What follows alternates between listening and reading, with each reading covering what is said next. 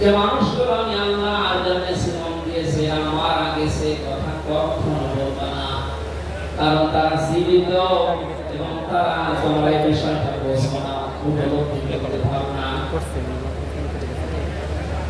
মুখের পরে মানুষের তো অন্তর দিয়ে ধারণা করতে পারে, এজন্য আল্লাহ হৃদয়ের উপরে অন্তরের উপরে উপদেশ দিয়েছে, ওয়ালা তাহসাবান্নাল্লাযীনা কুতিলু ফি সাবিলিল্লাহি আমওয়াতা বাল আহইয়াউন ইনদা রাব্বিহিম ইয়ারযাকুন। সূরা আলে ইমরানের 169 নম্বর আয়াতে আল্লাহ জানিয়েছে, মুক্তি তো বলা যাবে না যে শহীদরা মারা গেছে, এমনকি অন্তরে ধারণাও আনবে না যে শহীদরা মারা গেছে, বরং তারা জীবিত এবং আমি আল্লাহর কাছে তারা রিজিক প্রাপ্ত হচ্ছে। বলেন আল্লাহু আকবার। এই 100% বাস্তব। আমি কিছুদিন আগে গিয়েছিলাম গাইবান্ধা, বাংলাদেশ ইসলামী ছাত্র শিবিরের সদস্য ছিলেন ভাইটা। আগস্টের 5 তারিখের আগে তিনি জীবন দিয়েছিলেন জালিমের বুলেটের সামনে। শহীদ সাব্বির হোসাইন, 1 মাস পরে তার কবর ভেঙে গিয়েছিল এই বৃষ্টির পানিতে। তাজা রক্ত কবর থেকে বের হতে দেখা গিয়েছে। আল্লাহু আকবার। তা মানুষ যদি খাবার না খাবে তাহলে রক্ত বের কোথায়? এজন্য এগুলো যারা ছড়াচ্ছেন আমরা আশা করব এই বিষয়গুলো আর সামনে নিয়ে আসবেন না। আমরা কোরআনে কারিমের আয়াতের উপর 100% বিশ্বাস করি এবং এই কথা বলি, জালেমের জুলুমের সামনে যারা নিজের জীবন পর্যন্ত দিয়ে গেলেন আগস্টের 5 তারিখের আগ পর্যন্ত, প্রত্যেকেই শহীদ। জয়। এবং আল্লাহ তাদেরকে যেন শাহাদাতের সর্বোচ্চ মাকাম দান করেন। বলেন আমিন। আমিন।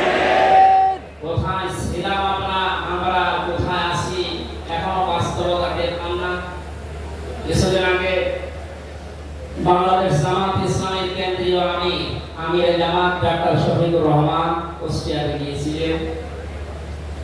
প্রায় 5000 মানুষকে নিয়ে তিনি একটা অনুষ্ঠান করলেন, যারা 16 জন শহীদ হয়েছিল কুষ্টিয়ায়। বাংলাদেশ জামাত ইসলামের পক্ষ থেকে 2 লক্ষ করে টাকা তাদের পরিবারের হাতে তিনি তুলে দিলেন। প্রায় 2.5-3 ঘন্টায় অনুষ্ঠানগুলো আমরা দেখলাম। বলেন তো আগস্টের 5 তারিখের আগে 5000 না, এরকম মানুষ যদি 5 জন এক জায়গায় হতো 14টা মামলা হতো। কোথায় ছিলাম আমরা, কোথায় এখন পৌঁছেছি, এরপরও যদি এটাকে কেউ নিয়ামত মনে না করে। গতকালকের একটা জরিপ আমি পেয়েছি, বাংলাদেশে 100 জনের 14 জন এখনো পর্যন্ত। আপনি ঘাবড়াবেন না, আমরা নরম হয়ে যাই। 100 জনের কতজন? 100 জনের 28 জন এখনো পর্যন্ত থালা নেওয়ার জন্য খুব তাড়াতাড়ি চলছে। আমি নাম নাই না। আমাদের বিষয় 100 জনের 58 জন মানুষ এখন চাচ্ছে দেশে আল্লাহর বিধান দিয়ে জমিটা চলবে। আগস্টের 5 তারিখ খুব বেশি দিন যায়নি। এই কয়েকদিনের ব্যবধানে যদি অবস্থা সৃষ্টি হয়, এই জন্য আমার মনে হচ্ছে দেশের অনেক মুনাফিকেরা বসে ফেলেছে বিষয়টা, যদি খুব তাড়াতাড়ি করছে যে থালা আমাদের হাতে দে।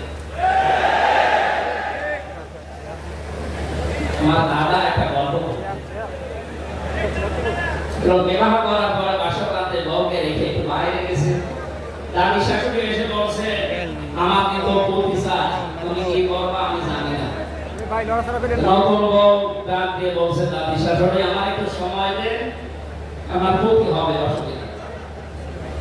শাশুড়ি এসে বলছে, বৌমা আমাকে তো নাতি চাই, ঠিক আছে আমাকে সময় দেন। দেবর আর ননদ এসে বলছে, ভাবি আপনি কি করবেন আমরা জানি না, আমাদের কিন্তু ভাতি চাচা। কিছুক্ষণ পরে স্বামী এসে বলছে, বউ তুমি কি করবে আমরা জানি না, আমার বেবি চাই। বউ মাথা উঁচু করে বলছে, আমরা সব পাগলের বংশ, আমার এখনো কিছুই হয়নি।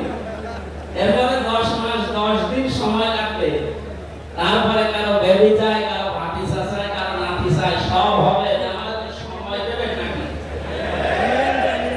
15.5 বছরে যে জঞ্জাল তৈরি হয়ে আছে, 1-1.5 মাসে পরিষ্কার করা সম্ভব না। কি মনে করে যারা দায়িত্ব পেয়েছে ছাত্র জনতার হাত থেকে, দেশের মানুষের হাত থেকে, তাদেরকে তো একটু সময় দেবেন নাকি? কুষ্টিয়াতে বাংলাদেশ জামাত ইসলামের শ্রদ্ধাভাজন আমির উনি সাংবাদিকদের জানিয়েছেন, আমরা সম্মানজনক এবং যুক্তিপূর্ণ সময় তাদেরকে দিতে চান, যেন দিনের ঘটনা রাতে না হয়। কথা বলে না কেন? সুতরাং সম্মানজনক সময় নিয়ে তারা ঠিক ব্যবস্থা করবে। যারা খুব তাড়াতাড়ি করছেন যে 10 মাস 10 দিন সময় দেবেন না, এমনিতে বেবি অনেকে অ্যাক্সিডেন্ট করে নিয়ে আসবে বাড়ি থেকে। আমরা চাচ্ছি সংস্কার যখন আরম্ভ হয়েছে দেশে, 1628টা চেয়ার আছে এই দেশের মেন চেয়ার, যিনি পাঠিয়েছে তার চেয়ার থেকে শুরু করে এদেশের ওসি সাহেবের চেয়ার পর্যন্ত আপনি গণনা করবেন 1628টা চেয়ার হয়। আমরা চাই খুব তাড়াতাড়ি যারা দায়িত্বে আছে এই 1628টা চেয়ার যেন খুব তাড়াতাড়ি পরিবর্তন করা। সব ওই জালেমদের দোষ, এগুলো পাল্টিয়ে বৈষম্যের শিকার হয়ে 15.5 বছর যারা বয়স্ক হয়েছিলেন, যারা নিজেদের চেয়ার পর্যন্ত পৌঁছাতে পারে না, আমরা চাই তাদেরকে এই সমস্ত জায়গাগুলোতে দেওয়া হোক। জালেমদেরকে আমরা হেদায়েত দেই না, তার বাস্তব প্রমাণ কালকের একটা গল্পে একজনের জন্মদিন নাকি গোপালগঞ্জে পালন করতে দেয়নি এক ওসি সাহেব। এজন্য বাইরের দেশ থেকে তাকে হুমকি দিচ্ছে যে তার নাম লিস্ট করে রাখো, আমি যদি কোনোদিন আসি তার খবর দেব। আমি কথাটা শোনার পরে মেলালাম আল্লাহু লা ইয়াহদিল কওমাজ যালিমিন। আল্লাহ যে ইহদি দিয়েছেন মোজারে, বর্তমান ভবিষ্যৎ, প্রেজেন্ট ফিউচার, আল্লাহ তাআলা জানিয়েছেন যে আমি জালেমদেরকে হেদায়েত দিচ্ছি না, দেব না। কালকে কল রেকর্ড শোনার পরে আমার মনে হচ্ছে ওরা কপালে হেদায়েত নেই এবং আল্লাহ দেবেন। হয়তো এত কিছু হওয়ার পরে লোকটা হুমকি দিতে পারে, আপনার বিশ্বাস হয়? হেদায়েত চাই না, কারণ আমরা হেদায়েত চাইও আল্লাহ দেবেন না। জালেমদের হেদায়েত দেবেন না আল্লাহ নিজে জানিয়েছেন, কারণ জালেমদের বিরুদ্ধে মামলা দায়ের করবে আল্লাহ নিজে।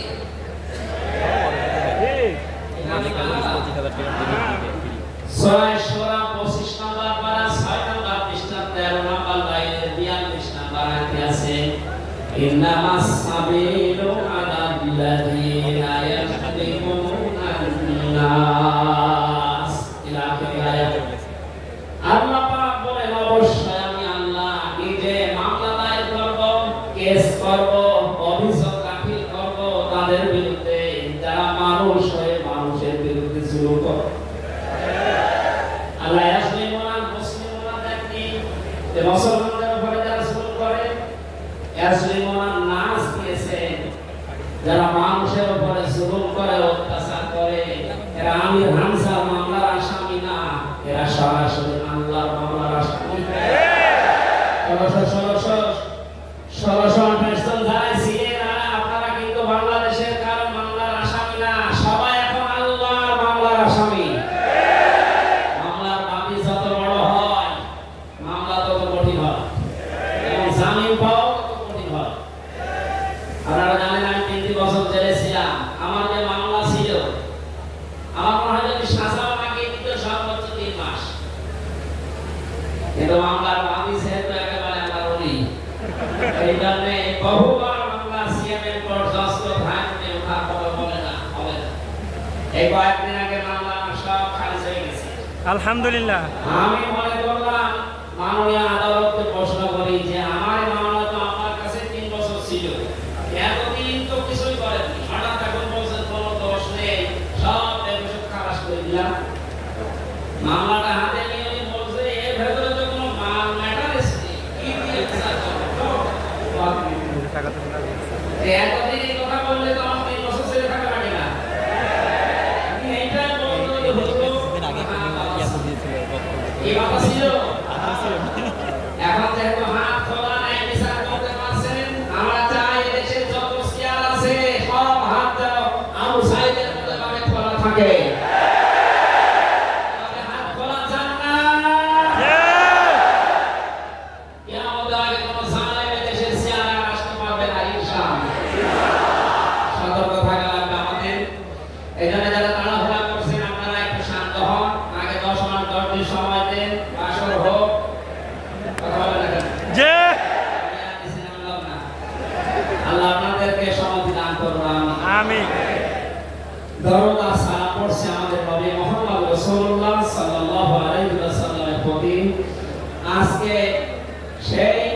3টা থেকে শুরু করে রাত 9টা পর্যন্ত এদেশের পতিত দশা আলেমদের মুখে, ইসলামিক চিন্তাবিদদের মুখে এবং জাতীয় নেতৃবৃন্দের মুখে আপনারা নবীর সিরাত সম্পর্কে বিভিন্ন কথা শুনতেছেন। আমি লাইভ দেখছিলাম।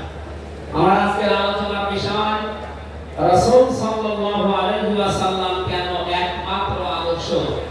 এই পয়েন্টের উপরে কোরআন শরীফ থেকে, হাদিস থেকে আমি 18টা পয়েন্ট বের করেছি। খুব সংক্ষেপে এর উপরে আপনাদের সামনে কথা উপস্থাপন করার চেষ্টা চালাবো ইনশাআল্লাহ। ওয়া তাওফীকি ইল্লা বিল্লাহ। জবান খুলে কোরআনের সোনালী আয়াতটা একটু পড়ে। আউযু বিল্লাহি মিনাশ শাইতানির রাজীম। বিসমিল্লাহির রাহমানির রাহিম।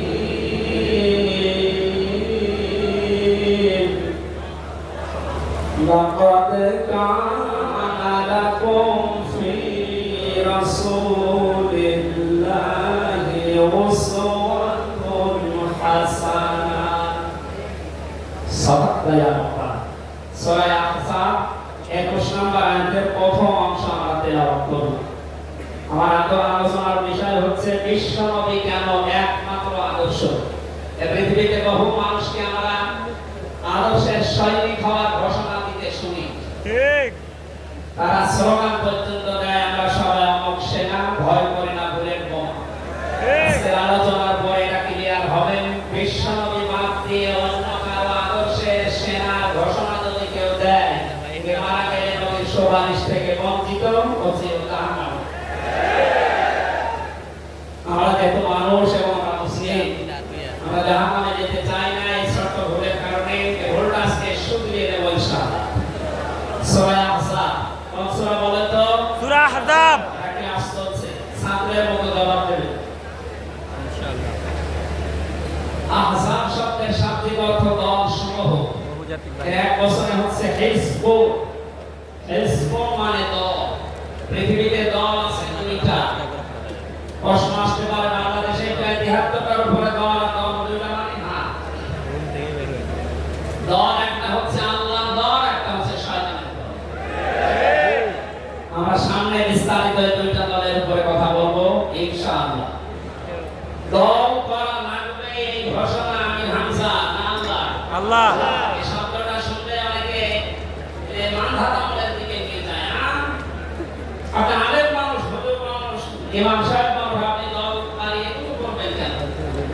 কোরআনে কারিমের যদি কেউ একটা আয়াত অবিশ্বাস করে, ইমান থাকার কথা না। আল্লাহ পাক বলেন ওয়াতাকুম মিনকুম উম্মাতুন, তোমাদের ভেতরে অবশ্যই একটা দল থাকতেই হবে। দল এই শব্দটা কোরআনে আছে না নেই? আছে। দল হয় এই বাংলায় নেই, কিন্তু উম্মাতুনের শব্দ তো আছে। আমি সেদিন গায়বান্ধার একদিন আলোচনা করার পর একজন মুসলিম হয়েছিল, জিজ্ঞাসা করলাম। পরবর্তীতে ওই দিন আলোচনার বিষয় ছিল ভোট। উনি শিক্ষিত মানুষ, আমাকে জিজ্ঞাসা করছে আপনি ভোট এই শব্দ নিয়ে আসলেন, কোরআনে হাদিসে এই শব্দ আছে? আমানত শব্দটা কোরআনে আছে। তাফসীরে মারিফুল কোরআন আল্লামা শফি রাহমাতুল্লাহ আলাইহি আমানতের 19টা অর্থ দিয়েছেন। তার ভিতরে অন্যতম অর্থ হচ্ছে ভোট দেওয়া, রায় দেওয়া, সমর্থন দেওয়া। সুতরাং কেউ যদি ভোট এটাকে দুনিয়ার কোনো বিষয় মনে করে এগিয়ে যায়, সে কিন্তু মরণের ফলে ধরা খাবে। কথা বলে আমরা আখিরাতে আদালতে ধরা খেতে চাই না। সুতরাং দল মাস্টলি করাই লাগবে যে দলের কর্মসূচি 2টা। তারা ভালো কাজে আদেশ করবে, অন্যায় কাজে বাধা দেবে। আল্লাহর ভাষায় এরাই হচ্ছে সফল দল। এদেশে যত দল আছে এই 2টি কর্মসূচি কারা পালন করে আপনি অবশ্যই দেখতে পাচ্ছেন। আমরা বিবেকের কাছে প্রশ্ন করে আপনি সামনে আগাবেন ইনশাআল্লাহ। নবীজি আমাদের জন্য একমাত্র আদর্শ কেন? এর 1 নম্বরে আমি পেয়েছি তার জীবনটা আমাদের কাছে পরিষ্কার। এই কারণে পৃথিবীতে আমরা যত নেতা নেত্রীকে মেনে চলতে দেখি, যে কোনো রাজনৈতিক দলের নেতা নেত্রী আপনি হন, ওই রাজনৈতিক দলে যাকে মানেন তার চরিত্র জীবন আপনার কাছে কিন্তু পরিষ্কার। কথা বলে না? আমি নাম ধরে বলছি, আওয়ামী লীগ যারা করতেন, এখন আওয়ামী লীগের দেশে আছে কিনা আমি জানি না, আছে বললাম যে 14% ওরা এখন পর্যন্ত তওবা করে ফিরে আসার চেষ্টায় আছে। আল্লাহ যেন তাদেরকে তৌফিক দেন। আমিন। এদিকে আর যদি হেদায়েত না থাকে দোয়া করলে তো হবে না। আল্লাহ যেন তাদেরকে মায়ের কাছে পাঠিয়ে দেন। তো আসতে বলেন ভাই, এটা জোরে বলা দরকার নেই। জীবনী পরিষ্কার হওয়ার কথা বলছিলাম।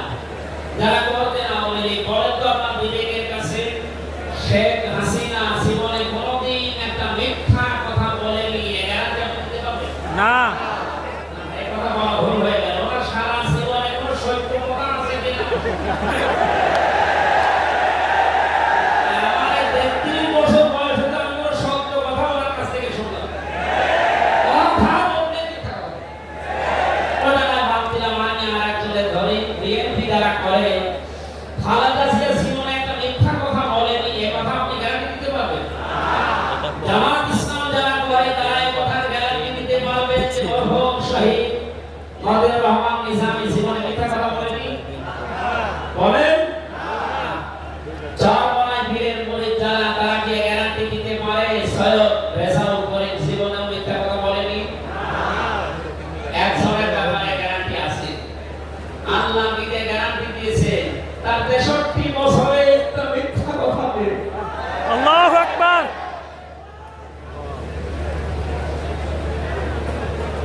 এটা বিশ্ব নামের একমাত্র আদর্শ হওয়ার কারণ এই যে জীবনে 63 বছরে একটাও মিথ্যা কথা বলেননি। ধরে বলেন আল্লাহু আকবার। এটা কত বড় বিষয়, আপনি চিন্তা করলে আপনি চিন্তার রেখা শেষ করতে পারবেন না। আমাদের দিনের ভেতরে 24 ঘন্টায় কত মিথ্যা আসে, আর তারপর 63 বছরের জীবনে একটা মিথ্যা কথা তিনি বলেন না। আল্লাহ। 2 নম্বরে পেয়েছি আমি, তিনি উন্নত চরিত্রের অধিকারী ছিলেন। এমন চরিত্র আল্লাহ তাকে দিয়েছিলেন। আমি 3 জন নবীর নাম পেয়েছি, আল্লাহর নামের সাথে তাদের নাম আল্লাহ মিলিয়ে দিয়েছেন। হযরত ইসমাঈল আলাইহিস সালামকে আল্লাহ ডাক দিয়েছিলেন গোলামিন হাবিব, আমার সহনশীল বান্দা। হযরত ইসহাক নবীকে আল্লাহ বলেছিলেন গোলামিন হাবিব, আমার জ্ঞানী বান্দা। আর মুহাম্মদ রাসূলুল্লাহকে আল্লাহ ডাক দিয়েছেন ওয়া ইন্নাকা লাআলা খুলুকিন আযীম। জোরে বলেন আল্লাহু আকবার। বৃষ্টি হচ্ছে না ভাই? দেখেন এটার জন্য ক্যামেরার জন্য বলতে হবে। এখানে ওঠাতে পারেন না, সবাই দাঁড়ায় আছে তাই। এই দেখেন বসেন। এই বাংলা আলোচনার ভেতরে কথা বললে কিন্তু মনে হবে ভাই কথা বলা যাবে, কষ্ট হলো ওইভাবে থাকে কথা বলবেন। 3 নম্বরে পেয়েছি আমি সূরা ইউনূসের 58 নম্বর আয়াতে আল্লাহ তাআলা জানিয়েছেন বিশ্ব নবী তোমাদের জন্য একমাত্র আদর্শ হওয়ার কারণ তিনি শ্রেষ্ঠ সম্পদ। قُلْ بِفَضْلِ اللَّهِ وَبِرَحْمَتِهِ فَبِذَلِكَ فَلْيَفْرَحُوا هُوَ خَيْرٌ مِّمَّا يَجْمَعُونَ। নবী আপনি বলুন, তামাম দুনিয়ার মানুষেরা যা জ্ঞান করে, যা জিদ করে, যা অর্জন করে, যা কিছু নিয়ে আনন্দে আছে, আমি আল্লাহর কাছে এই পৃথিবীর শ্রেষ্ঠ সম্পদ হচ্ছে আপনি। জয় বলেন আল্লাহু আকবার। সুতরাং আপনার আদর্শ পেয়েছে যারা, সে মানুষগুলো যেন আনন্দে থাকে, তারা যেন খুশি হয়। এখানে আগস্টের 5 তারিখের রাত পর্যন্ত এদেশের 100 জনের মাত্র 15 জন মানুষ বিশ্ব নবীকে একমাত্র আদর্শ মানতেন, তারা খুশি ছিলেন, রাজি ছিলেন। কয়েক দিনের ব্যবধানে এই 100 জনের এখন 58 জন মানুষ বিশ্ব নবী ছাড়া কাউকে বুঝতে পারছে না। সময়টা যেতে যেতে দেশের 100 জনের 100 জন মানুষ চাইবে বিশ্ব নবী ছাড়া কারো আদর্শ মানি না। তো সংক্ষেপ করে আমাদের প্রধানমন্ত্রী এসে পড়েছেন এই জন্য 4 নম্বরে পেয়েছি এই পৃথিবীর ময়দানে বিশ্ব নবী মুহাম্মদ রাসূলুল্লাহ হচ্ছেন আল্লাহর পক্ষ থেকে আমাদের জন্য, বিশেষ করে মুমিনদের জন্য সবচাইতে বড় অনুগ্রহ।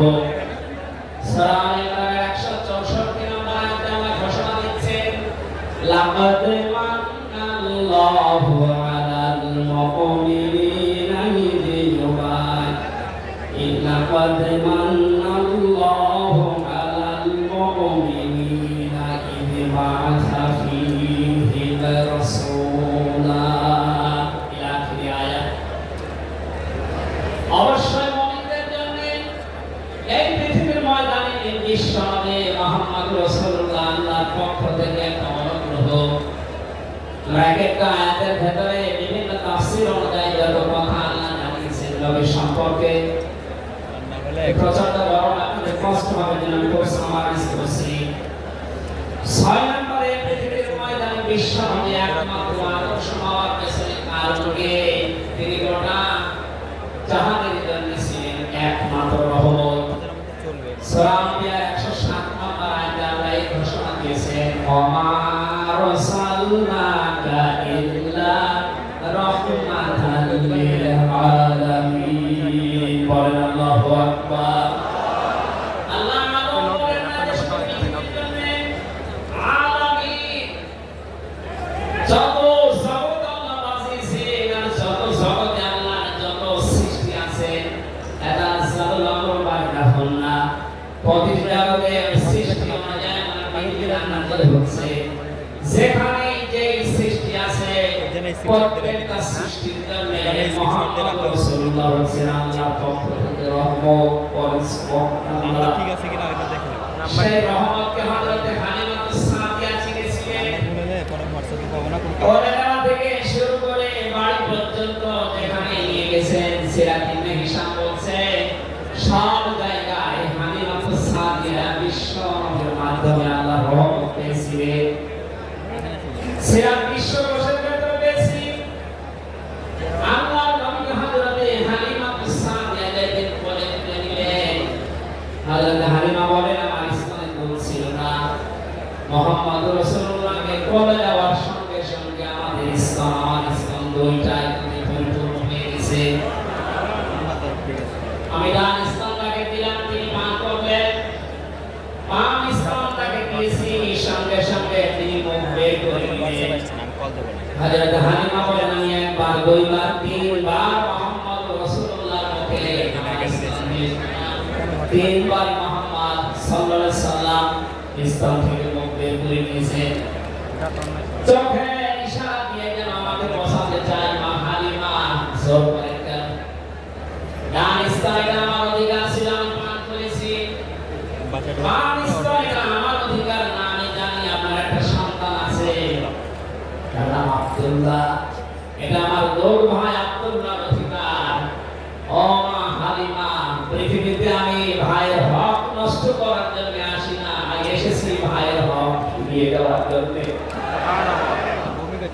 ঢাকাবাসী যে নবী মায়ের কোলে বসে ভাইয়ের হক নষ্ট করেন না, এই নবীর আওয়াজ পাশে সেই নবীর উম্মত আমরা এখন যারা দাবি করছি অধিকাংশ দেখতে পাই যত বড় হচ্ছি তত ভাইয়ের হক মারার জোর হচ্ছি। এটা তো রবিউলের শিক্ষা ছিল না। হযরত হালিমা বলেন তাকে যে গাধা ভরে তুললাম, দুর্বল ছিল, সঙ্গে সঙ্গে সবল হয়ে গেছে। বাড়িতে পৌঁছাতে দেরি, কুয়ায় পানি ছিল না, কুয়া ভর্তি হয়ে গেছে।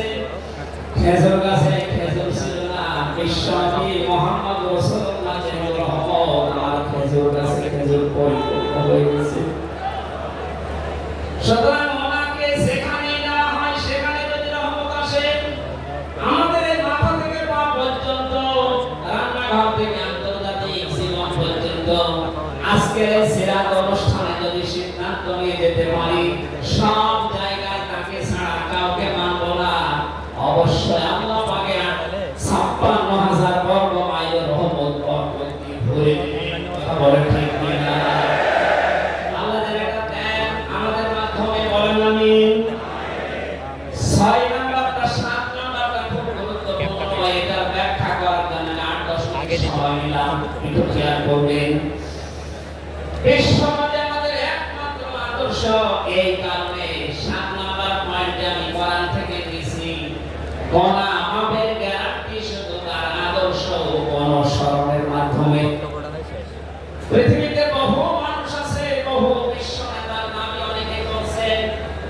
অনেকে বিশ্ব মানবতার দাবি করছে, অথচ বিশ্ব নেতা হওয়ার জন্য যে সাতজন ওয়ালিকে ডাকে আমরা অধিকাংশ মানুষের পাই না, আন্দাজে শুধু ঢোল বাজায়। পৃথিবীতে বিশ্ব নেতারা দাবি করতে পারেন নবীরা, রাসূলরা, কথা বলেন ঠিক কিনা? এই পৃথিবীতে বিশ্ব নেতৃত্ব দেওয়ার দাবি করতে পারেন নবী, রাসূলরা। এই কথার সাথে একমত আছেন? আমরা একজন হযরত ঈসা রাসূলুল্লাহ তিনি জন্মের পরে তার সামনের লোকেরা তাকে অবৈধ হারামজাদা এবং ডাকতো। হযরতে মরিয়ম আলাইহিস সালামের কাছে যখন জিজ্ঞাসা করেছে জাতির লোকেরা বিয়ে হয়নি, সন্তান তিনি কোথায়, খুব খেয়াল করে শুনবেন। হযরতে মরিয়ম ইশারা দিয়েছিলেন দরবার দিকে, আশারাতে ইলাইহি ক্বালু কাইফা নুকাল্লিমু মান কানা ফিল মাহদি সাবিয়্যা। তিনি ইশারা দিয়ে বললেন, এই যে দরবার আছে কাছে ওকে জিজ্ঞাসা করো ওর জন্মের পরিচয় বলতে পারবে। ওরা বলছে ছোট বাচ্চা কথা বলবে কি করে? সঙ্গে সঙ্গে দরবার থেকে হযরত ঈসা তার জাতির লোকের এই কথা উত্তর দিয়েছেন, জবাব দিয়েছেন, ক্বালা ইন্নী আবদুল্লাহ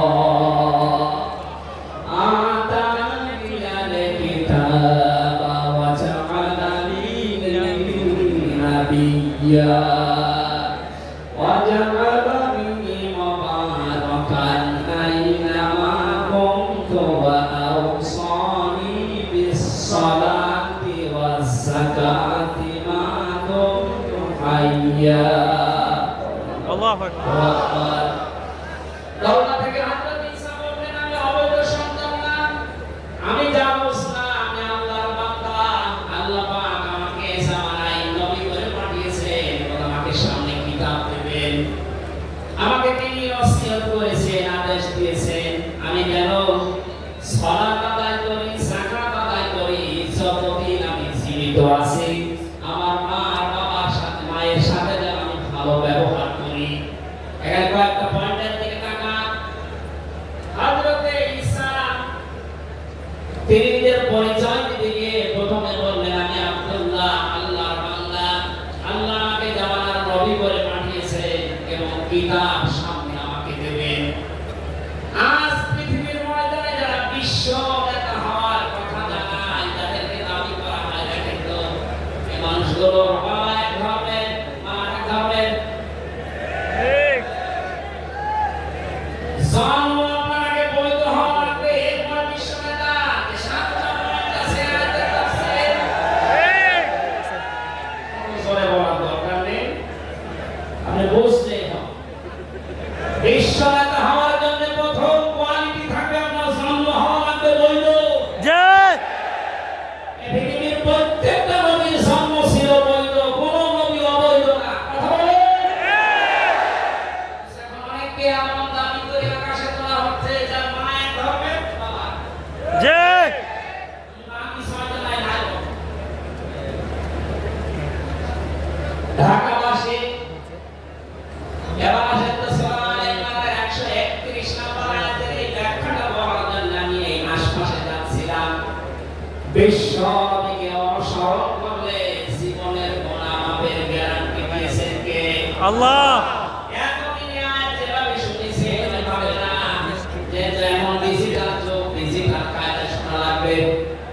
قُلْ إِن كُنتُمْ تُحِبُّونَ اللَّهَ فَاتَّبِعُونِي يُحْبِبْكُمُ اللَّهُ وَيَغْفِرْ لَكُمْ ذُنُوبَكُمْ وَاللَّهُ غَفُورٌ رَّحِيمٌ।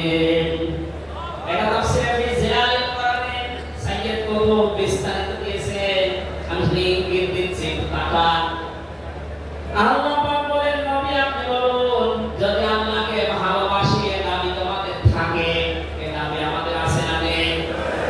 আল্লাহকে আমরা ভালোবাসি এ দাবি আছে না নেই? আল্লাহ বলেন দাবি যারা করে তাদেরকে আপনি বলেন যে ফাত্তাবিউনি, তারা যেন আপনার অনুসরণ করে। আল্লাহ পাক বলেন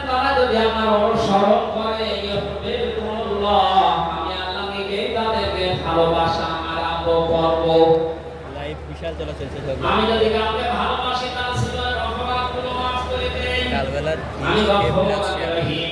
এ পর্যন্ত বাংলা সিলেবাস শেয়ারে 20,000-এর উপর এদিকে আছে আমরা এদিকে আছে উঠে দিচ্ছে সব লাইভ। হাত্তা মেরুনি আমার অনুসরণ করো, আমাকে দেখে দেখে চলো। এখন এই অনুসরণ করা লাগবে কি নবীজির জীবনের আংশিক না পূর্ণাঙ্গ? আরো সবাই বলেন আংশিক না পূর্ণাঙ্গ? আব্দুল্লাহ নওয়াজ দিকে তাকান, এই লোকটা অনুসরণ করেছিল কিন্তু আংশিক। এটা মুনাফিকের সরদার হয়ে মারা গেছে, কথা বলেন ঠিক কিনা? তার নামাজ ছিল রাসূলের মতো, রোজা ছিল রাসূলের মতো, নবীজির পেছনে হজ করেছে, নবীজির সাথে বিশ্ব নবীর সাথে ইফতারি করেছে, কিন্তু বিশ্ব নবী এই পৃথিবীর নেতা এটা সে মানত না। আজ বাংলা সহ বিশ্বে বহু মুসলমান এই থিওরিতে আছে, তারা নামাজ রাসূলের মতো পড়ে, রোজা রাসূলের মতো রাখে, কিন্তু সমাজ নবীজি, রাষ্ট্র নবীজি 10 বছর কোরআন দিয়ে জানিয়েছিলেন, এইটা মানতে তারা রাজি না। এই মানুষগুলো অনুসরণ হচ্ছে আংশিক না পূর্ণাঙ্গ? সুতরাং আংশিক অনুসরণ করবেন, আল্লাহ কি আপনাকে ভালোবাসা আরম্ভ করবে? না, কি হবে এটা বোঝারে বর্তমান ভবিষ্যৎ, প্রেজেন্ট ফিউচার। যখন আপনি পূর্ণাঙ্গ অনুসরণ করার জন্য দাড়ি থেকে মাথা থেকে শুরু করে পা পর্যন্ত, রান্নাঘর থেকে শুরু করে আন্তর্জাতিক জীবন পর্যন্ত সব জায়গায় বিশ্ব নবীকে অনুসরণের সিদ্ধান্ত নিয়ে নেমে পড়বেন, আল্লাহ তখন ভালোবাসা আরম্ভ করবেন। দেশে এখনো যারা পূর্ণাঙ্গ অনুসরণ আরম্ভ করেননি, নিজের দিকে তাকিয়ে ভাবেন তো, আপনি 14 বার হজ করতে পারে, 24 বছর রোজা রাখতে পারে, প্রতিদিন 72 রাকাত নামাজ পড়তে পারেন নফল, কিন্তু এখনো পর্যন্ত আল্লাহর ভালোবাসা আপনি পাওয়া শুরু করেন। এই কথা বুঝে এসেছে? সুতরাং আমাদের অনুসরণ হবে কি আংশিক না পূর্ণাঙ্গ? আরো জোরে বলেন পূর্ণাঙ্গ। নবীজির মতো নামাজ পড়া যেমন, বিশ্ব নবীর মতো রাষ্ট্র চালাতেও হবে ওইরকম। নবীজি জানিয়েছেন, মান মাতা ওয়ালাম ইয়াহজু ওয়ালাম ইউহাদ্দিস বিহি নাফসাহু মাতা আলা শাওকাতিন মিনান নিফাক। যে লোকটা মরে গেল কিন্তু তার এই চিন্তা ভাবনা ছিল না যে সমিন আল্লাহর কোরআন দিয়ে চলবো, এই লোকটা মুনাফিক হয়ে মরবে, কেউ তাকে বাঁচাতে পারবে না। অথচ এই হাদিসটা সামনে নিয়ে বাংলাদেশে আমরা এখনো অনেককে নামাজ পড়া, রোজা রাখা, দাড়ি রাখা, চোখ পাকায় দেওয়া মানুষকে মুনাফিক হয়ে মরার সম্ভাবনা দেখতে পাচ্ছি। কথা বলে ঠিক কিনা?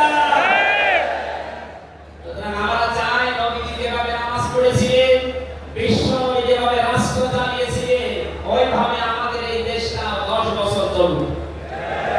আমির জামাত ডক্টর শফিকুর রহমান কয়েকদিন আগে ঘোষণা দিয়েছে, 15 বছর লাগবে না, মাত্র 10টা বছর আমাদের হাতে দেন, আমরা গ্যারান্টি দিতে পারি এই দেশের মানুষকে 9টা পয়েন্ট ওখানে উনি দিয়েছেন, সবগুলোর বাস্তবায়ন করে এই 16 কোটি মানুষকে দেখাবো। এটাকে আজ অনেকে রাজনীতি মনে করে ব্যাপারটা দিকে নিয়ে যাচ্ছে। আমার বিশ্ববিদ্যালয়ে থাকাকালীন এক দুষ্ট বন্ধু ছিল, 10 বছর নবী কোরআন দিয়ে রাষ্ট্র চালিয়ে বলতে পেরেছিলেন, খায়রুল কুরুনি কারনি, আমার যুগ শ্রেষ্ঠ যুগ। আমাদের দেশটা 53 বছর স্বাধীন হয়েছে, 1 বছর কোরআন দিয়ে চলেছে না, এই জন্য তো কোনো জিনিস নিরাপদ না। ঠিক আমার ছোট দাদা উনি বলছিলেন যে হজে যাওয়ার পরে দেখি একটা ঘড়ি পড়ে আছে, মোবাইল ঘড়ি।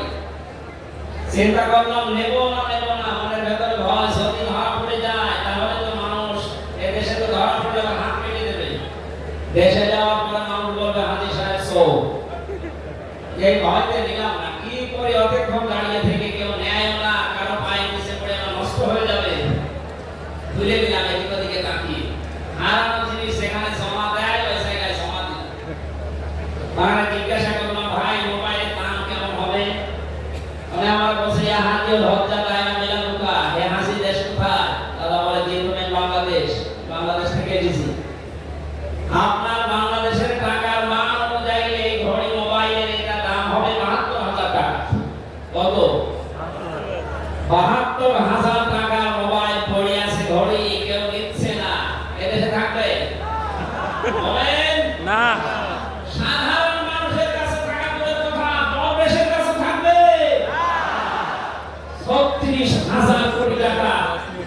তখন 10 সেকেন্ডের আমার মনে হয় আমার 33 বছরের জীবনে গণনা করে শেষ করতে পারবো না। পঞ্চাশে তো আটটা বানিয়ে এখনো 4,000 কোটি টাকা আসতে থেকে যেত। কথা বলেন? দরবেশ যদি এই করে, যেগুলো ধরবেশ, ওগুলোর চরিত্র কি বলো? এরা এই বন্ধুটা আমারে বলছিল, আমি রামজান, আমি কুষ্টিয়া থেকে যাচ্ছিলাম ঢাকাতে, একটা নর্মাল পজিশনে হঠাৎ আমার পেটে গন্ডগোল। সিরাজগঞ্জ রোড পার হওয়ার পর ড্রাইভারকে বললাম যে ভাই একটু দাঁড়ান, আমি নেমে যাব, আমার পেটে গন্ডগোল। ড্রাইভার বলছে গাড়ি থামবে না, একেবারে জায়গা মতো থামবে। আপনার যদি বেশি অসুবিধা হয় তো পেছনে সিট খালি আসে, বসে বসে আল্লাহ রাখবেন। তো বলছে আমার পেটে গন্ডগোল, একটা আল্লাহ আল্লাহ থামে। পেছনে যে দেখি কয়েকটা সিট খালি পড়ে আছে, মানে পলিথিন দেয় বমি করার জন্য একটা নিলাম। 2 সিটের মাঝে বসে ওই কাজ করবো। চিন্তা করলাম এটা থেকে রেখে চলে যায় তখন তো কথা হয়ে যাবে। পকেট থেকে একটা সাদা রুমাল ছিল, ওটা বের কর, টাইট করে বাঁধলাম। পেছনে সালানা খুলে ফেলে দেব। আল্লাহ ইশারা পেছনে আসছিল মোটরসাইকেল। পড়বে কি পড়বে, একেবারে মোটরসাইকেলের সামনে। বলছে জানলা দিয়ে তাকিয়ে আছি, দেখলাম মোটরসাইকেল ওয়ালা একজন দিকে তাকিয়ে ও মনে করছে নতুন রুমালে থপ করে পড়ল কি। এই রুমাল যখন নতুন, ভেতরের জিনিসও মনে হয় নতুন। রুমালে তুলে দিল, ও বাড়ি যে টের পাবে যে নতুন জিনিস। এখানে বলছে হামজা, আমাদের দেশে পায়খানা পর্যন্ত নিরাপদে নেই, এর বাস্তব মাঠটা। অথচ আমির জামাত গ্যারান্টি দিয়েছেন চুরি থাকবে না, শুধু পায়খানা না, 36,000 কোটি না, 36 পয়সাও চুরি হবে না, 10 বছরের জন্য ছেড়ে দিতে দেশটা। আপনারা আমার সাথে একমত কিনা? কারা আমাদের হাতে দিকে চান দেখেন?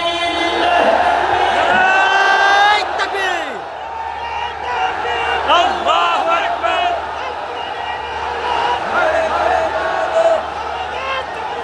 জিন্দাবাদ জিন্দাবাদ।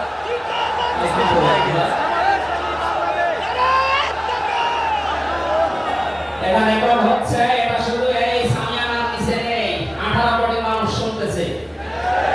যারা এই ময়দানের থেকে হাত তোলা দেখে তারা হাত তুলেছে, আমরা চাই এই হাত যেন আল্লাহর জন্য আপনারা তুলেন, আমিন। মানুষকে দেখানোর জন্য না। সুতরাং আমরা যদি বিশ্বনবী মুহাম্মদ রাসূলুল্লাহর অনুসরণ আংশিক করি, আল্লাহর ভালোবাসা পাওয়া এখনো আমরা আনন্দ করিনি। এই হিসাবে এই দেশের অনেক পীর, অনেক ইমাম, অনেক খতিব, অনেক আলেম, অনেক জনতা এখনো আল্লাহর ভালোবাসা পাওয়া আনন্দ করেনি। গোনাহ মাফ, জান্নাত তো দূরের কথা। কারণ আল্লাহর ভালোবাসা যে পাওয়া আনন্দ করবে, তার জীবনের গোনাহগুলো আল্লাহ মাফ করবে, তাকে জান্নাতে দেবে।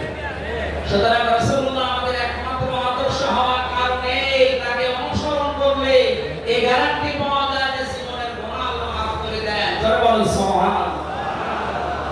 9 নম্বরে পেয়েছি, বিশ্ব নবীর সাথে কেউ যদি বিয়াদবি করে তাহলে সে ধ্বংস হয়ে যাবে। আপনি তাকান, তারা 50 আবু লাহাব, এরা যদি সিরাতুন নবী মাহফিল, আমাদের ঢাকাতে এগুলো হয়তো নেই, এগুলো চট্টগ্রাম আর সিলেট বিভাগে বেশি পাওয়া যায়।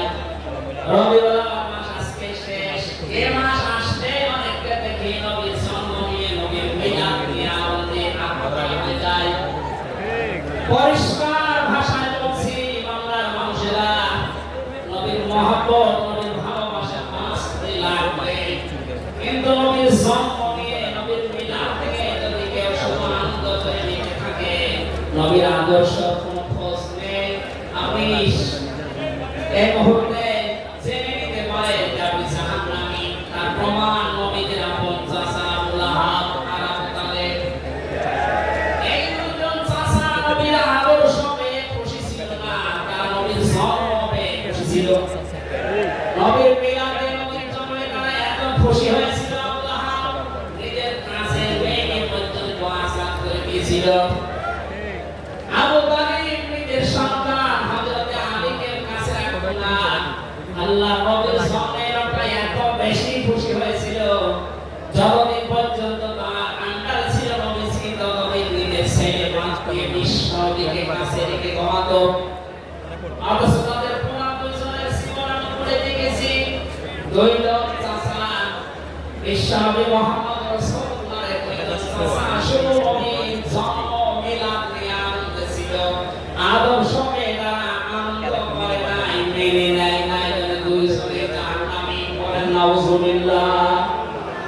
সিস্টেম অপর পৃষ্ঠায় দেখো, আরো দুইজন চাচার নাম আমরা জানি, হযরত হামজা, হযরত আব্বাস রাদিয়াল্লাহু তাআলা আনহুমা। এই দুইজন চাচা শুধু নবীর জন্মে মিলাদে খুশি ছিলেন না, তারা নবীর আদর্শে খুশি হয়েছিলেন। এই জন্য দুইজনে জান্নাতি। বলেন সুবহানাল্লাহ। হযরত হামজা, হযরত আব্বাস জান্নাতে গেছে, কোনো সন্দেহ আছে না। আল্লাহ পাকের আয়াত নাযিল করেছেন তাদের নামে, রাদিয়াল্লাহু আনহুম ওয়া রাদু আন। আল্লাহ পাক বলেন আমি তাদের উপরে রাজি হয়ে গেছি, যেমন তারা আমার উপরে রাজি। সুতরাং হযরত আব্বাস, হযরত হামজা দুইজনেই নবীর আদর্শ মানার কারণে জান্নাতি। আমরা এদের মতো হতে চাই। বলেন আমিন। আমিন। এখানে একটা কথা আছে, হযরত হামজা আব্বাস রাদিয়াল্লাহু তাআলা আনহু তিনি তো অনেক আগে মুসলমান হয়েছিলেন, গোপনে প্রকাশ করেননি। এই মাসলাটা বলছি এই কারণে 152 জন সমন্বয়কের ভেতরে 108 জন বাংলাদেশ ইসলামী ছাত্র শিবিরের নেতা এবং পরীক্ষিত কর্মী তারা। আর অনেক জালেম এবং অনেক মুনাফিক পর্যন্ত এবং অনেক আলেম নামী জালেম পর্যন্ত এই বিষয় দান করছে। নাম যেহেতু দেখেছে ছাত্র শিবির, এই জন্য তাদের সুলতানি। কেন ওরা এতদিন পরিচয় প্রকাশ না করে এই কাজ করলো? ওরা মুনাফিক, ওরা শয়তান। যেখানে বিশ্বাসীদের মতো হিন্দু সে রেহাই পায় না, সেখানে পরিচয় দিয়ে ভাই খাবে। সুতরাং সাদিক সাহেব এবং এস এম ফরাদ ভাই সহ যারা পরিচয় গোপন করে এই জালেমের বিদায়ের জন্য এই বিপ্লব আমাদেরকে এনে দিয়েছে, তাদেরকে প্রত্যেক থানায়, জেলায়, রাজধানীতে সম্মান করা দরকার। জয়। তারা এটা এমনিতেই করে নাই, তারা হযরত আব্বাসের জীবন থেকে করেছে। অথচ হযরত আব্বাস রাসূলের বিরুদ্ধে বদরের ময়দানে বিরুদ্ধে যুদ্ধ করার জন্য আবুজাহেল কখনই গিয়েছিল, অথচ তিনি সময় মুসলমান। তার মানে এদের পরিচয় গোপন করে বাস্তবতার নিরিখে স্থান কাল পাত্র ভেদে একটা কৌশলের একটা হিকমা। ও জীবনে কোরআনই পড়ে নাই, হাদিস পড়ে নাই, ও ফতোয়া দিচ্ছে থেকে মুনাফিক। এটা ওনারা যা করেছে, আমি এখানে 9টা পয়েন্ট এনেছিলাম। সাদিক সাহেব ভাই সহ, এস এম ফরাদ ভাই সহ 108 জন যা করেছে, সব নবীদের থেকে, নবীর মাদের থেকে, নবীর সাহাবীদের থেকে, নবীদের চাচা থেকে শিক্ষা নিয়ে এই হিকমতটা অবলম্বন করেছে। আল্লাহ তাদেরকে যেন সর্বোচ্চ মাকাম দান করেন। বলেন আমিন। লাইক দিলা না কেন? বেয়াদবি করলে যে মানুষের জীবন ধ্বংস হয়ে যায়, রাসূলের সাথে তার প্রমাণ পেয়েছি নবীদের চাচা আবু লাহাবের জীবন থেকে। বিশ্বনবী যখন সাফা মারওয়া এই পাহাড়ের উপরে উঠে দাওয়াত দিচ্ছিলেন, এই লোকটা ডাক দিয়ে বলেছে, তাক্কালা কালি হাদা জামাতানা ইয়া মুহাম্মদ, হে মুহাম্মদ তুমি ভাষণে দাও। তাফসীরের কিতাবে সূরা লাহবের তাফসীর পড়েছি, আবু লাহাব মুহাম্মদ রাসূলুল্লাহকে শুনে আমার বাচ্চা হয়ে যায়। এখানে বসলেই তো হয়। আমার তো আসবে না, কারণ বলেছে যে যেখানে আর ঢাকাবাসী খুব খেয়াল করে শোনে, এখানে আমার দুইটা পয়েন্ট আছে। আবু লাহাব ১,৫০০ বছর আগে মুহাম্মদ রাসূলুল্লাহর দিকে যে পাথর নিক্ষেপ করেছিল, তাফসীরে ফিল জিলালিল কোরআন মুফাসসির লিখেছেন সাইয়েদ কুতুব, যে নবীজি সামনে পাথরটা পড়েছিল, নবীর শরীরে লাগে নাই। আল্লাহ পাক সঙ্গে সঙ্গে তার জন্য কোরআনের আয়াত নাযিল করলেন, শুধু এই হাতের জন্য না, তাব্বাত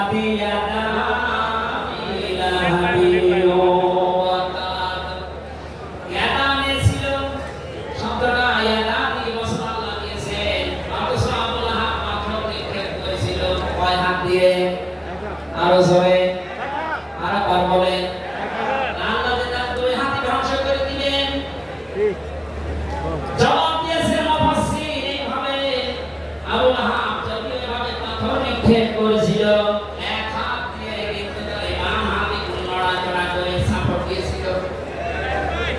আপনি যদি এখান থেকে একটা কোনো কিছু নিক্ষেপ করেন এভাবে, এই হাত দিয়ে শুধু কাজ হবে না, এই হাত নড়াচড়া করে সাপোর্ট দেবে।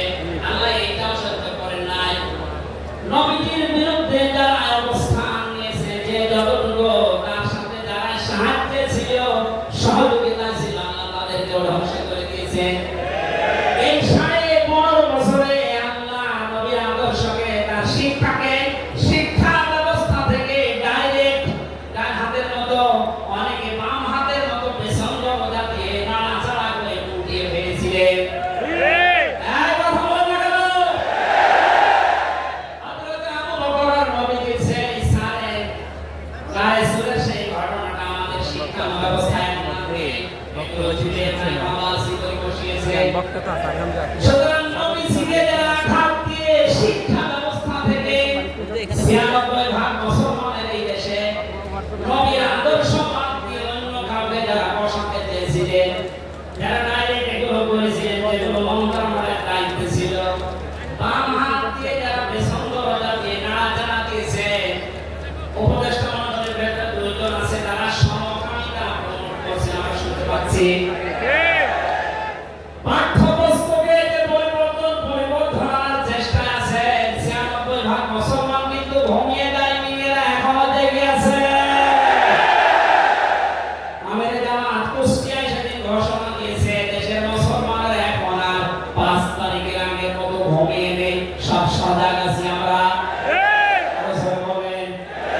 সুতরাং যারা ডান হাত দিয়ে চেষ্টা করছেন আল্লাহ বিরোধী, রাসূল বিরোধী, মানবতা বিরোধী কাজগুলোকে প্রমোট করার জন্য, বাস্তবায়নের জন্য, আর পেছনের দরজা দিয়ে যারা বিভিন্ন নাম নিয়ে আবু লাহাবের বাম হাতের মতো নাড়াচাড়া দিচ্ছে, আল্লাহ পাক যদি ঘরে আবু লাহাবের মতো ডান হাত বাম হাত সব কিন্তু ধ্বংস করে ছাড়বে।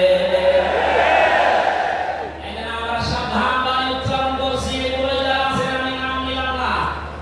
ছাত্র জনতা যেভাবে আপনাদেরকে উপদেষ্টা বানিয়েছে, আপনি 152 জনের 108 জনের দেখতে পাচ্ছেন না, এই মানুষগুলো কি চায়? 108 জন না, আমি 152 জনের সাথে যোগাযোগ রেখে দেখেছি, সবাই চায় দেশে আল্লাহর বিধান চালু।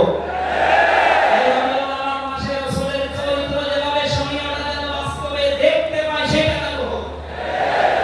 53 বছর তো দেখলে বাবা চালিয়েছিল, খুব ভেঙে পড়েছে অনেকে, আমি দেখি না, আমার তো 33 বছর এই লোকরা দেখেছি। স্বামী চালিয়েছিল অনেকে, অনেকের চাচা চালিয়েছে 9 বছর, ভাবি চালিয়েছে, এমনকি বউ চালিয়েছে, এটা তো দেখলাম। এখন শুধুমাত্র কোরআন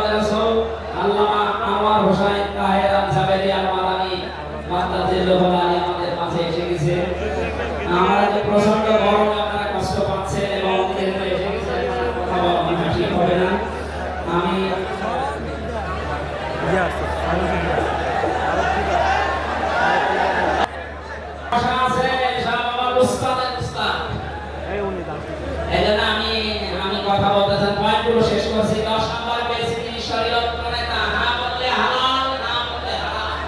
সুতরাং তার সম্মান অনেক বেশি। 11 নাম্বারে তিনি ছিলেন দাঈ ইলাল্লাহ, তিনি ডাকতেন শুধুমাত্র আল্লাহর দিকে। কার দিকে? আল্লাহর দিকে। আর একটা পয়েন্ট এখানে বলি, খুব খেয়াল করে শুনবেন। সূরা হামিম সেজদা 33 নাম্বার আয়াতটা এতদিন যেভাবে শুনেছেন ওইভাবে না, একটু ভালো করে খেয়াল করে শুনুন। আল্লাহ পাক বলেন, ওয়া আহসানু কাওলাম মিম্মান দাআ ইলাল্লাহি ওয়া আমিলা সালিহান ওয়া ক্বালা ইন্নানি মিনাল মুসলিমিন। ওই লোকটার কথা চাইতে আর উত্তম কথা কে বলে দুনিয়ায়? যে লোকটা আল্লাহর দিকে মানুষকে ডাকে, নিজে ভালো ভালো কাজের আঞ্জাম দেয়, আর নিজের পরিচয় আপনি করেন আমি একজন মুসলমান। আমি কি মুসলমান? বাংলার মুসলমানেরা আপনি আয়াতের দিকে তিনটা বিষয় খেয়াল করেন। এদেশে কম বেশি আমরা 96% যেহেতু মুসলমান, এজন্য আল্লাহর দিকে আমরা ডাকি, এটা আমি মেনে নিলাম। 2 নম্বরে ভালো ভালো কাজের আঞ্জাম আমরা নিজের জায়গা থেকে হলেও কম বেশি দিতে পারছি বাদে। 3 নম্বরে যেটা ওয়াকালা ইন্নানি মিনাল মুসলিমিন, আমি মুসলমান, এই ঘোষণা দেওয়ার মতো পরিবেশ এই দেশে এখন আসে নাই। কথা বলেন, এখানে এমন জায়গা অনেক আছে যেখানে আমি মুসলমান, এই কথা বলা এখনো সম্ভব না। সুতরাং আয়াতের 3 নাম্বার এটা যদি বাস্তবে চর্মচোখে দেখতে চান যে আমি মুসলমান, এই পরিচয় দিয়ে আমি পৃথিবীতে টিকে থাকতে চাই, তাহলে এই দেশটা কোরআনের হাতে দেওয়া লাগবে, মাস্ট বি। কথা বলেন ঠিক কিনা? সুতরাং আমাদের এখন থেকে ডাক হবে কোনো পীরের দিকে না, কোনো বাবার দিকে না, আমাদের একমাত্র ডাক হবে আল্লাহর দিকে। জোরে বলেন আমিন। 12 নম্বরে পেয়েছি তিনি যুদ্ধবন্দীদের সাথে এমন ভালো আচরণ করতেন। ইয়ামামা একজনের নাম পড়লাম হাদিসের খাতায়, বেগলিরা ছিলেন এই লোকটা সামামা ইবনে ওয়াসাল রাদিয়াল্লাহু তাআলা আনহু। বদরের ময়দানে তিনি ধরা পড়লেন, সাহাবীরা তাদের তাকে বেঁধে রেখেছে মসজিদের ভেতরে খুঁটির সাথে। নবীকে এসে বললেন, সামামা কেমন লাগে তোমার, কি আচরণ আমার কাছে আশা করো? লোকটা বলল, মুহাম্মদ সাল্লাল্লাহু আলাইহি সাল্লাম, আপনি আমাকে মেরেও ফেলতে পারেন, ছেড়ে দিতে পারেন। নবী তাকে বললেন, সামামা এই দুনিয়ায় শেষ দুনিয়া না, আরেকটা জগৎ আমাদের সামনে আসে, ইসলামের বিশাল কিছু তার সামনে তুলে ধরবেন। বাড়িতে যাওয়ার পরে নিজের হাতে রান্না করে খাবার পাঠাবেন তার জন্য। দ্বিতীয় দিন আবার তাকে দাওয়াত দিলেন ইসলামের। বিশ্বনবী নিজে উঠের দুধ এক সাহাবীকে দিয়ে দহন করে গরম করে পাঠালেন। মনে হচ্ছে তিনি ইসলাম আয়াত করছে, অথচ সে লোকটা যুদ্ধবন্দী। একটা যুদ্ধবন্দী মানুষের সাথে বিশ্বনবীর যে আচরণ, এ পৃথিবী অবাক হয়ে গেছে। অথচ এই 15.5 বছরে যুদ্ধবন্দী না, কারাবন্দী। তা অন্যায় ভাবে। আরে ভাই, আমার তো 3 বছর পরে যেহেতু মামলা খালাস করে দিয়েছে, আদালত কর্তৃক প্রমাণ হয়েছে যে আমি নির্দোষ, আমার কোনো দোষ নেই। তার আমার মামলার আইন থেকে শুরু করে একেবারে ওই উপর পর্যন্ত যিনি পালিয়েছেন, এ পর্যন্ত যারা জড়িত ছিল, আমি চাই তাদের প্রত্যেকে যেন 3 বছর জেলে থাকে। এটা ইসলাম। এক কথা বলে না কেন? আমার জন্য 3 বছর, ব্যারিস্টার আরমানের জন্য 8 বছর, 11 বছর। কত বছর? আপনি যে চট করে ঢুকে পড়বেন, আগে 11 বছর থাকেন এরপর।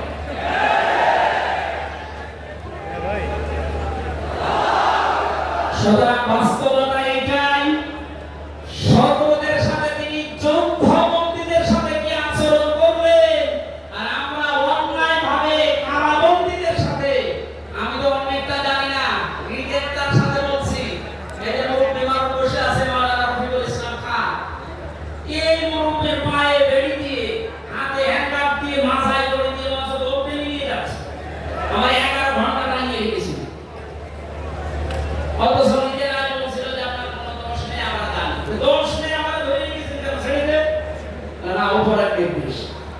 কোথায় পৌঁছিয়েছিল দেশটা?